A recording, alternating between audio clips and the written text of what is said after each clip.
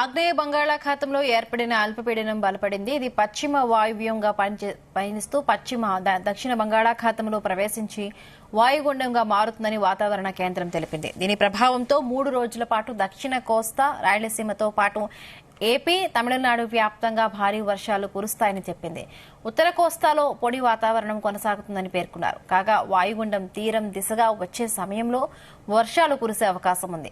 వరి పంటను కోసే రైతులు అప్రమత్తంగా ఉండాలని, లోతట్టు కొండ ప్రాంతాల ప్రజలు అప్రమత్తంగా ఉండాలని విపత్తుల నిర్వహణ సంస్థ సూచించింది. 3 రోజుల పాటు సముద్రంలో అలజడి ఉండే నేపథ్యంలో మత్స్యకారులు వేటకు వెళ్లవద్దని హెచ్చరికలు జారీ చేసింది.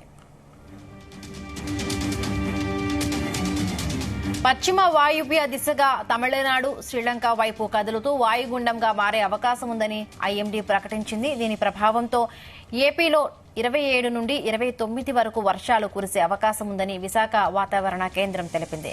బంగాళాఖాతంలో ఏర్పడే అల్పపీడనం నవంబర్ 27 కల్లా తమిళనాడు, శ్రీలంక తీరాల దిశగా పయనిస్తుందని భారత వాతావరణ శాఖ తెలిపింది. ఇది తుఫానుగా బలపడుతుందని వాతావరణ శాఖ నిపుణులు అంచనా వేస్తున్నారు.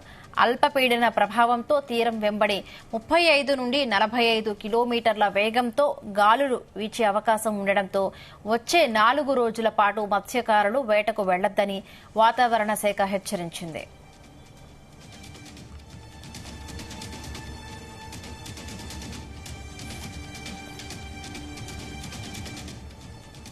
ఐఎండీ జీఈపీఎస్ ప్రకారం రాత్రికి వాయుగుండం మారి 26వ తేదీ సాయంత్రానికి బలపడనుంది. తర్వాత మయన్మార్ వైపుగా వెళుతుంది.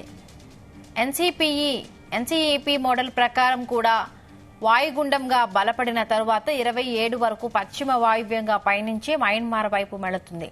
ప్రస్తుతం ఖరీఫ్లో రాష్ట్రమంతటా వరి దండిగా పండింది. కోతలు సాగుతూ ఉన్నాయి. రబీ పంటలు మొక్క దశలో ఉన్నాయి. ఈ తరుణంలో భారీ వర్షాలు కురిస్తే నష్టపోయే అవకాశాలు ఉన్నాయని రైతులు వాపోతున్నారు.